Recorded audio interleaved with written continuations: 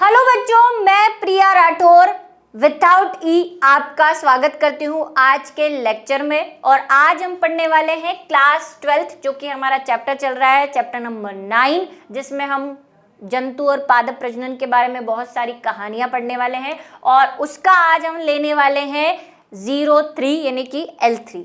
देखते हैं क्या है। तो भाई चैप्टर फ्लो आपको पता चली गया होगा कि क्या क्या हमें पढ़ना है इसमें। आज जो हम पढ़ने वाले हैं वो हम पढ़ने वाले हैं फार्म एवं फार्म पशुओं का प्रबंधन, यानी कि जो हम इनकी खेती करते हैं। आप खेती का मतलब सिर्फ ये समझते होंगे कि गेहूं चना बोना, लेकिन जानवरों को पालना भी फार्म भी के अंतर्गत ही आता है, यानी कि इसके अंतर्गत आता है। और हम क्या पढ़ेंगे, उनका मैनेजमेंट पढ़ेंगे कि उनको कैसे मैनेज कर सकते हैं। जो हम फार्मिंग करेंगे उसको, अच्छी नस्ल क्या होती है और क्या क्या हमारे पास अच्छी नस्लें हैं उसके बारे में थोड़ा बहुत हम देख ही चुके हैं।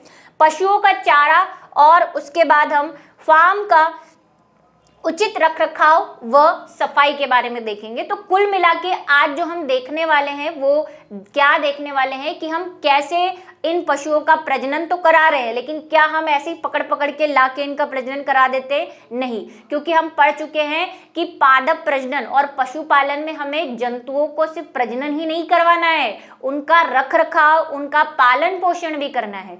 तो जिस जगह पे आप उनको रख रहे हैं वहां पे क्या क्या फैसिलिटी होनी चाहिए, वहां पे क्या क्या सुविधाएं होनी चाहिए, और पादप प्रजनन में आपको या जंतु प्रजनन जो भी आप करवा रहे हैं किन किन बातों का ध्यान रखना है, इसके बारे में आज हम पढ़ने वाले हैं। बहुत इजी है, आपको आज के आज ही लर्न हो जाएगा मेरे हिसाब से।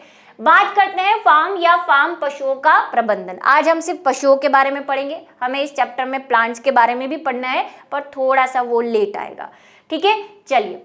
डेयरी फार्म प्रबंधन। डेयरी फार्म क्या होता है? वहां पे ऐसे पशु रखे जाते हैं जिनसे दूध, पनीर, मक्खन, ऐसी चीजों का उत्पादन होता है। तो उसे हम क्या कहते हैं? डेयरी फार्म, यानी कि गाय, भैंस, बकरी, जिनसे भी हमें ये डेयरी प्रोडक्ट मिलते हैं उनका रखरखाव किया जाता है। दुग्ध व दुग्ध उत्पादन। दुग्ध का मतलब वही दूध, और दुग्ध उत्पादन का मतलब मिल्क प्रोडक्ट, जैसे कि पनीर है, घी है, मक्खन है, ये सब मिल्क के प्रोडक्ट हैं। उत्पादनों के लिए किया जाने वाला पशु प्रबंधन डेयरी उद्योग यानी कि डेयरिंग कहलाता है। ठीक है, गाय, भैंस, बकरी दूध प्रदान करने वाले प्रमुख जंतु है। कौन कौन से हैं डेयरी के अंतर्गत? गाय दूध देती है, भैंस दूध देती है, बकरी, इन सब का। आप बोलेंगे बकरी का दूध क्यों कौन पीता है? तो भाई बकरी का दूध भी पिया जाता है, लेकिन बकरी के दूध से कई दवाइयां बनती है, तो इसीलिए बकरी का दूध इंपॉर्टेंट है। कई आयुर्वेदिक दवाइयों में बकरी के दूध को यूज किया जाता है, और कई जगह पे बच्चों को बकरी का दूध पिलाया भी जाता है ना। ज्यादा ऐसे सरप्राइज होने की जरूरत ना है। ऊंट का दूध है ना, ऊंट का दूध भी बोलते हैं बहुत हेल्दी और मीठा होता है। उसको थोड़ी सी देर अगर बाहर रख देते हैं तो वो फट जाता है, इतना वो न्यूट्रिएटिव होता है, मतलब बहुत जल्दी फट जाता है, और उसको तुरंत पी लेना चाहिए, ऐसा मैंने सुना है, हालांकि मुझे पता नहीं है। गोवंश यानी कि कैटल। कौन कौन आते हैं गोवंश में? गोवंश में केवल गाय यानी कि बॉस इंडिकस, जिसका साइंटिफिक नेम हमने लास्ट क्लास में देखा था, वंश के जंतु जैसे गाय, बछड़ा, बैल को शामिल किया गया है। पूछ लिया जाए भाई गोवंश क्या है, तो आप बता सकते हैं कि गाय, उसका बच्चा और उसका पति। ठीक है, बेल, या जो भी हम सांड है तो उसको भी ले सकते हैं। गाय से रिलेटेड जितनी भी चीजें हैं। फिर है भैंस, जिसका हम नाम पढ़ चुके हैं, बॉस ब्यूबेलिस। ये देखो, बॉस की नई जो है इंडियन भैंस को कहते हैं। बाकी हमने इसका एक साइंटिफिक नेम ये भी पढ़ा था, कई बच्चों को अगर याद आ रहा हो, ब्यूबेलिस भी पढ़ा था आपने, है ना। ये नॉर्मल साइंटिफिक नेम है, और ये जो है हमारी इंडियन भैंस का नाम है। ठीक है, चलिए। दूध प्रदान करने वाला एक अन्य महत्वपूर्ण जंतु है। भैंस से भी हमें दूध प्राप्त होता है। अच्छी नस्ल की हम बात कर चुके हैं कि ब्रीड क्या होती है? ऐसी जीवों का समूह जो दिखने में, आकृति, आकार और समलक्षणों में समान होता है, ब्रीड या नस्ल कहलाता है। लेकिन हमें अच्छी नस्ल चाहिए। अब अच्छी नस्ल का क्या मतलब है? मतलब जो हम चाहते हैं वो हमें दे। जैसे कि दूध बहुत ज्यादा दे, अगर गाय की बात कर रहे हैं कि दूध की मात्रा उसमें ज्यादा आनी चाहिए, है ना, उसमें प्रोटीन ज्यादा होना चाहिए, फैट कम होनी चाहिए, अगर हम ये चाहते हैं कि उसमें फैट कम हो, है ना, उसमें न्यूट्रिटिव ज़्यादा हो, है ना, जनन जल्दी करती हो और बीमार भी नहीं होती हो, ऐसी सारी क्वालिटीज़ अगर हमें चाहिए, तो अगर हम ऐसी कोई नस्ल बना ले तो उसे हम क्या कहेंगे, अच्छी नस्ल या सुपीरियर ब्रीड कहेंगे। ठीक है, उन्नत नस्ल भी कहते हैं। तो बहुत सारी है हमारे पास, जैसे कि हमने लास्ट टाइम भी पढ़ी थी। किसी भी फार्म या डेयरी में दुग्ध प्राप्ति प्राथमिक रूप से दूध देने वाले जंतु नस्ल की गुणवत्ता पर निर्भर करता है कि जो नस्ल आप पाल रहे हैं उसके क्या क्या गुण हैं, जो आपको चाहिए वो है या उसके अलावा है। जैसे कि मैंने अभी कुछ 4-5 कैरेक्टर बताए, अगर आपको ये चाहिए तो आपके लिए वो उन्नत नस्ल है। अगर आप किसी एक ऐसे पर्सन से मिलते हैं जिसको ऐसा दूध चाहिए जिसमें फैट की मात्रा ज़्यादा हो, वसा ज़्यादा हो और दूध जो है उसमें प्रोटीन भले ही कम हो, है ना, कई किसी को एलर्जी होती है, कोई जो हष्ट पुष्ट जो पहलवान होते हैं उनको तो फैट की मात्रा ज़्यादा चाहिए क्योंकि उनको बॉडी बनानी पड़ती है। तो फैट के लिए फिर आप गाय का नहीं, आप किसका दूध प्रीफर करेंगे, भैंस का दूध प्रीफर करेंगे। तो ये आप पे डिपेंड करता है कि आपके वांछित लक्षण क्या है और आपके लिए उन्नत नस्ल क्या है। ठीक है, तो हमें उसकी गुणवत्ता के हिसाब से उसका सिलेक्शन करना है, उसके गुणों के आधार पर। अधिक दूध उत्पादन की क्षमता होनी चाहिए। अच्छी नस्ल की क्या क्या जो है वो क्वालिटीज है वो हम पढ़ रहे हैं। एक तरह से आपको पूछ ले कि अच्छी नस्ल में क्या क्या लक्षण होने चाहिए या अच्छी नस्ल किसे कहते हैं, तो पहला तो भाई हमारी गुणवत्ता अच्छी होनी चाहिए। दूसरा, अधिक दूध उत्पादन वाली होनी चाहिए। अगर हम गाय या भैंस की बात कर रहे हैं तो, है ना, पशुओं की अगर बात कर रहे हैं तो उसमें ये क्वालिटी होनी चाहिए। उसके बाद रोग प्रतिरोधकता यानी कि डिजीज रेजिस्टेंस होना भी आवश्यक है। ऐसा नहीं कि वो हर थोड़े दिन में बीमार हो जाती हो, दूध तो भर भर के देती हो लेकिन हर महीने उसको भाई कोई बीमारी हो जाती हो, बीमार पड़ जाती हो, तो भाई उससे निकला हुआ दूध भी तो बैक्टीरियल या वायरल होगा, उसका दूध भी खराब होगा क्योंकि इनडायरेक्ट वे में वो एंटीजन उसके दूध में भी आएंगे, है ना। कई बार ऐसा, वही जो गांव के बच्चे हैं वो इस बात को समझते हैं कि गाय जब बीमार होती है तो फिर उसका दूध नहीं निकाला जाता, ना ही उस दूध को बेचा जाता है क्योंकि भाई उसमें डिजीज हो रखी है, वो डिजीज के एंटीजन प्रोटीन उस दूध में भी आएंगे, आप दूसरों को भी बीमार करोगे। ठीक इसी तरह यहाँ तक कि उसके बछड़े को भी नहीं पीने दिया जाता। तो उसमें क्या होनी चाहिए भाई, रोग प्रतिरोधकता होनी चाहिए, मतलब वो कम बीमार होनी चाहिए, उसकी इम्यूनिटी अच्छी होनी चाहिए। ठीक है, रोगों से प्रतिरोधकता होनी चाहिए, रोगों से ज्यादा अच्छी तरह से लड़ाई कर सके। रोग से न सिर्फ जंतु कमजोर होता ही है ना, बॉडी पे इफेक्ट पड़ता है। हम खुद थोड़ी सी सर्दी खांसी होते हैं, ऐसे हो जाते हैं, आज तो बहुत सर्दी हो रही है, तो बेचारे जानवर तो होंगे, ठीक है, कमजोर हो जाते हैं। उसकी दुग्ध उत्पादक क्षमता भी प्रभावित होती है। भाई हमारा काम दौड़ना भागना काम करना है, हम बीमार होते हैं तो हमारी कार्य क्षमता कम हो जाती है ना, काम कम कर पाएंगे, थोड़े से इनएक्टिव हो जाएंगे, आलस आएगा। ऐसे में ये बीमार होगी तो इसका भी जो दूध है वो कम निकलेगा क्योंकि बॉडी की मैक्सिमम एनर्जी कहाँ जा रही है, मैक्सिमम एनर्जी तो बीमारी को ठीक करने में यूज हो रही है, तो फिर उसका असर दूध उत्पादन पे तो होगा ही, तो दूध उत्पादन क्षमता भी प्रभावित होती है। दुधारू पशुओं की उन्नत नस्लें, इंप्रूव्ड ब्रीड जिसको हम कहते हैं, ठीक है। गाय में गिर है जो कि हम पहले पढ़ के आए हैं, जो गुजरात की है। साहीवाल, ये सब हमने नाम पढ़े थे लास्ट क्लास में। साहीवाल पंजाब व हरियाणा तथा लाल सिंधी व देवकी जो है, ये सारी क्या है, गाय की नस्लें हैं। इसमें साहीवाल सर्वोत्तम है, मतलब कि सबसे बेस्ट जो है वो कौन है, साहीवाल। तो ये तो है हमारी गिर, साहीवाल को नहीं लेके आई मैं, वो आई नहीं, बोलती मैं नहीं आऊंगी, मुझे शर्म आती है, तो गिर को ले आई। और ये कौन सी है, ये हमने पहले भी देखी थी, मुर्रा, भैंस की प्रजाति, ठीक है। एक बार फिर से सबके नाम देख लो। और जैसा कि मैंने कहा नीट में ये अभी तक तो नहीं पूछे गए हैं, लेकिन बोर्ड के हिसाब से थोड़ा सा आपको नाम याद होने चाहिए नस्लों के, और नीट में भी क्या पता कल को आ जाए, फिर आप बोलेंगे मैम आपने बताया नहीं, ठीक है। चलो, भैंस की प्रमुख उन्नत नस्लें मुर्रा पंजाब व हरियाणा की है। जाफरवादी, सूरती, मैंने कहा जिसकी सूरत बहुत खूबसूरत है वो सूरती है, ठीक है। नागपुरी, मेहसाना, गुजरात और बदावरी, ये सब क्या है भाई, नस्लें हैं किस किस की, भैंसों की, अलग अलग जगह की। जैसे मुर्रा है वो पंजाब हरियाणा की है, जाफरवादी सूरती ये अलग है, नागपुरी, ये तो नागपुर के नाम से ही बता दी, और मेहसाना जो है वो गुजरात की है। ठीक है, आपको स्टेट के नेम चाहे याद रहे ना रहे, कोई ऐसा हेडेक वाला काम नहीं है, आप सिर्फ जो है नस्लों के नाम याद कर लो तो वो भी बहुत है। कुछ स्पेशल है, जैसे कि गिर है तो गिर से गुजरात याद रह ही जाएगा आपको, है ना। साहिवाल है जैसे पंजाब और हरियाणा की, तो थोड़ा बहुत रिमेम्बराइज कर लें आप इसको तो ठीक है, बाकी नहीं तो फिर कोई बात नहीं। गाय की विदेशी उन्नत, ये तो है ही देसी इंडियन अपनी, ठीक है, और ये विदेशी है, मतलब कि बाहर से लाई हुई है या बाहर की जातियों से संगम करा के हमने इनको पैदा किया है। गाय की विदेशी उन्नत नस्लें हैं जर्सी, ब्राउन स्विस, हॉल्स्टीन फ्रीजन, ठीक है, व आयरशीर। भाई नाम ही इनके अलग ही है, फॉरेन की है तो फॉरेन के हिसाब से नाम है, तो ये विदेशी जातियाँ। एक जो विदेशी भी आप याद कर लेंगे तो आपको सही रहेगा, जैसे कि जर्सी याद रह जाएगी आई थिंक आपको, और मेरे हिसाब से हॉल्स्टीन फ्रीजन याद रह जाएगी, जो भी याद रहे आपको आप याद कर सकते हैं। ठीक है, नेक्स्ट बात करते हैं पशुओं का चारा। पहले तो क्या करना है आपको, अच्छी नस्ल ढूंढ के लानी है। ठीक है, अब नस्ल को अपने घर में तो रखेंगे नहीं, उसके लिए क्या बनाना पड़ेगा, फार्म बनाना पड़ेगा, वहाँ पे पूरा मैनेज करना पड़ेगा।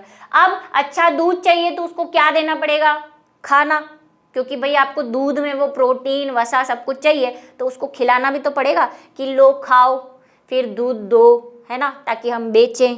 तो ये जो है पशुओं का चारा भी एक इम्पॉर्टेंट टर्म है जिसका आपको ध्यान रखना है अपने फार्म हाउस में, जहाँ पे भी आप पशुओं को पाल रहे हैं। पशुओं को दिया जाने वाला खाना भी दूध की गुणवत्ता को प्रभावित करता है। वही मैंने कहा कि अगर अच्छा दूध चाहिए तो अच्छा खाना दो, तथा पशुओं के अच्छे स्वास्थ्य को बनाए रखने हेतु महत्वपूर्ण है, इससे वो हेल्दी भी रहेंगे। पशुओं के चारे में निम्न 2 महत्वपूर्ण घटक होने चाहिए, मतलब आप जो चारा उनको खिला रहे हैं उसमें 2 चीजें इंपॉर्टेंट है। पहली जो है पादप रेशे। क्या है पादप रेशे, जिनको हम रफेज कहते हैं। रफेज क्या है, अगर आपने ह्यूमन डाइजेस्टिव सिस्टम पढ़ा है, और ऑब्वियसली पढ़ा ही है ना, 10th में भी पढ़ा होगा, 11th में भी पढ़ा होगा, तो हम जब बात करते हैं कि हमें, जब हम हमारे डाइट की बात करते हैं, मतलब खाने की बात करते हैं, तो हम बोलते हैं रेशेदार खाना ज़्यादा खाना चाहिए, उसी को रफेज बोलते हैं। ठीक है, रफेज फूड खाना चाहिए। क्या है रफेज फूड, जिसमें रेशे ज़्यादा हो, फाइबर्स ज़्यादा हो,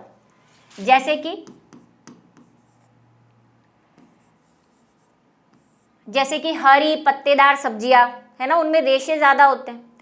ठीक है, और जैसे कि कोई भी ऐसी चीज़ जिसमें फाइबर्स ज़्यादा हो, प्रोटीन से रिलेटेड मीट या चिकन, उनमें भी क्या होता है भाई, फाइबर ज़्यादा होता है। और जो शाकाहारी है वो हरी सब्जियां खाएंगे, पालक है, मेथी है ना, इनमें फाइबर्स की क्वांटिटी बहुत ज़्यादा होती है। तो ऐसी रेशेदार सब्जियां या रेशेदार खाना जो है उनको दिया जाए जिसमें फाइबर की क्वांटिटी ज़्यादा हो। ठीक है, दूसरा क्या है, सांद्रित पोषक। अब ये सांद्रित पोषक क्या है, जिसको हम बोलते हैं को-सेंटर्ड या कंसंट्रेटेड न्यूट्रिएंट। ठीक है, कंसंट्रेटेड क्या है भाई, कंसंट्रेटेड न्यूट्रिएंट कि जो खाने के लिए, उसको जिंदा रहने के लिए ज़रूरी है, उसके अंदर प्रोटीन होना चाहिए, उसके अंदर मिनरल्स होने चाहिए, उसके अंदर विटामिन्स होने चाहिए, उसके अंदर कैल्शियम मैग्नीशियम जैसी चीज़ें होनी चाहिए। वो खाएगी तभी तो दूध में कैल्शियम देगी। तो जो भी पोषक तत्व है वो भी खाने में क्या होने चाहिए, भरपूर होने चाहिए। सांद्रित का मतलब अच्छी क्वांटिटी में होने चाहिए, एक्सेसिव भी ना हो। आपको पता है ये कोई भी चीज़ अगर एक्सेसिव होगी तो वो नुकसान करेगी। आपको पता होना चाहिए कि जो खाना आप ले रहे हैं, और आजकल तो मिलता भी है मार्केट में, है ना, डॉग अगर कोई रखता है तो डॉग का फूड मिलता है, मछलियों का फूड मिलता है, गाय का फूड अलग मिलता है, उसमें ये सब मिला हुआ रहता है। वो वहाँ पे सब मिक्स क्वांटिटी में मिलाकर रखते हैं, जिसमें फाइबर भी आ जाते हैं आपके। ठीक है, इसमें पोषक तत्व भी आ जाते हैं जो गाय या भैंस की वृद्धि के लिए ज़रूरी है। तो ये 2 चीज़ें उस खाने में होनी चाहिए। तीसरा है फार्म का उचित रखरखाव व सफाई। भाई आप उसको कैसे रखरखाव कर रहे हैं, कैसे मैनेजमेंट कर रहे हैं, ये भी आपको क्या होना चाहिए, ध्यान होना चाहिए। यानी कि आप उसको कैसे साफ कर रहे हैं, क्लीन कर रहे हैं, है ना, हाइजीन मेंटेन करनी है, वरना कि गंदा पड़ा है फार्म, बदबू आ रही है, गाय गोबर कर रही है वो भी वहीं पड़ा है, झाड़ू वाड़ू कुछ नहीं निकाल रहे, तो उससे क्या होगा, बैक्टीरिया आएंगे, वायरस आएंगे, जो एनिमल्स जो वहाँ पे है उनमें बीमारियाँ फैलाएंगे। तो आपको फार्म की आसपास की सफाई भी ध्यान में रखनी है। ठीक, अधिक दुग्ध उत्पादन के लिए पशुओं का स्वस्थ व स्वच्छ रहना आवश्यक है। ठीक है, एक तो वो हेल्दी हो और क्लीन भी हो, दोनों ही चीजें जरूरी है। तनावग्रस्त, डरे हुए व रोगी पशुओं में दुग्ध उत्पादन कम हो जाता है। ठीक है, अगर आपका पशु बीमार है, डरा हुआ है ना, उसको आसपास का वातावरण अच्छा नहीं लग रहा है, तो वो दूध नहीं देगा। कई मूवीज वगैरह में आपने देखा होगा, कई बार गाय की इच्छा नहीं होती, वो दूध नहीं देती, फिर उसको गाय वाला अच्छे से सहलाता है, ऐसे ऐसे करता है, फिर दूध निकालता है कि दूध दे दे, है ना। कई बार नहीं देती, उसका मूड नहीं होता है, उसको नहीं पसंद आ रहा, आज मेरे को दूध नहीं देना, मेरा मूड है। तो भाई उसका मूड ठीक करने के लिए आपको आसपास का वातावरण भी क्या करना पड़ेगा, अच्छा रखना पड़ेगा, है ना, साफ रखना पड़ेगा, ताकि बीमारियां भी नहीं हो और वो भी अच्छा मूड रहे उनका। जानवरों के रहने का स्थान जो भी आप रख रहे हैं, जहाँ पे टीन शेड बना के रखा हुआ है या तबेला बना के रखा हुआ है, ठीक है, जो भी शेल्टर आपने प्रोवाइड करवा रखा है, या बाड़ा जिसको आप तबेला भी कहते हैं, पशुओं को स्वस्थ बनाए रखने में महत्वपूर्ण भूमिका निभाता है। पशुओं का रहने का स्थान उन्हें प्रतिकूल मौसम में परभक्षियों से पर्याप्त सुरक्षा देने में सक्षम होना चाहिए, अर्थात यह सर्दी, गर्मी व बरसात में पशुओं को बचाने में सक्षम होना चाहिए। वही आपको प्रॉपरली टीन शेड बना के रखना है कि धूप से भी बचाए, बारिश से भी बचाए, ज़्यादा ठंड हो तो उनको, कहीं आपने देखा होगा जो पशुओं को पालते हैं वो स्वेटर वेटर भी पहनाते हैं अपने जानवरों को, गाय को, बकरी को। क्यों पहनाते हैं? आपको बचा के रखना है उनको, आपको ठंड लग रही है, उनको भी लग रही है। भाई पारा जो है वो 4 या 5 डिग्री पर चल रहा है, 10 डिग्री पर भी चल रहा है, तो एक बार के लिए आप तो ठिठुर जाएंगे। तो भाई उनको भी ठंड लग रही है, उनका अच्छे से मैनेज करो। ऐसा नहीं दिन भर छत ही नहीं है ऊपर, बड़ी गर्मी में 45 डिग्री के टेम्परेचर में आपके जानवर खड़े हैं धूप में, आपको तो 2 मिनट खड़ा कर दो तो आप गिर जाओ, उनको 45 डिग्री में आप पूरे दिन खड़ा रखोगे तो फिर क्या हो जाएंगे, उनकी मृत्यु हो सकती है गर्मी के कारण, है ना। साथ में उनको पानी पीने के लिए भी देना है, क्योंकि गर्मियों में पानी की प्यास ज़्यादा लगती है। बरसात में भी उनको बचाना है, क्योंकि बरसात में भीगेंगे तो भी क्या हो सकते हैं, बीमार हो सकते हैं। तो ये सारी आपको क्या करनी है, सुविधाओं को देखना है। प्लस परभक्षियों से, परभक्षी का मतलब उनको खाने वाले। मान लो आप किसी गांव में रहते हैं और वहाँ शेर चीते ज़्यादा आते हैं, है ना। आजकल देखने को मिलते नहीं, लेकिन वही पुरानी मूवीज में आपने देखा होगा, शेर आया गाय को खा के चला गया, भैंस को खा के चला गया। तो आपको परभक्षियों से भी बचाना है कि उसको खाने वाले जो एनिमल है उनसे प्रोटेक्शन देने के लिए आपको बाउंड्री बना के रखनी है। ठीक है, ये सब चीजें।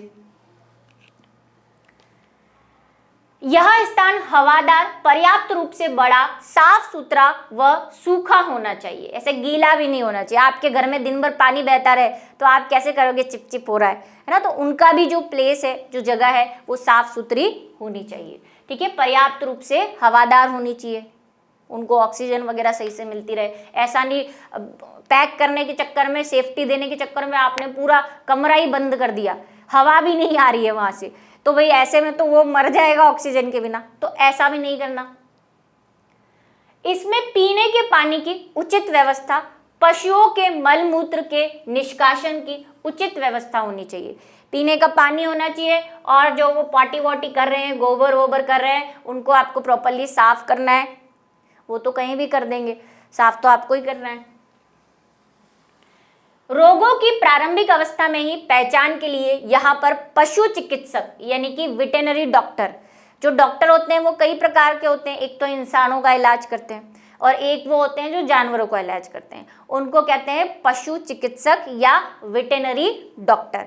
ठीक है, तो वेटेरिनरी डॉक्टर की आपको हर थोड़े दिन में उसको बुला के अपने पशुओं का चेकअप करवाना चाहिए कि कोई बीमार तो नहीं है, क्योंकि कई बीमारियां ऐसी होती है वो अंदर ही अंदर फैलती रहती है, एक कोई फिर दूसरे कोई फिर सबको हो गई।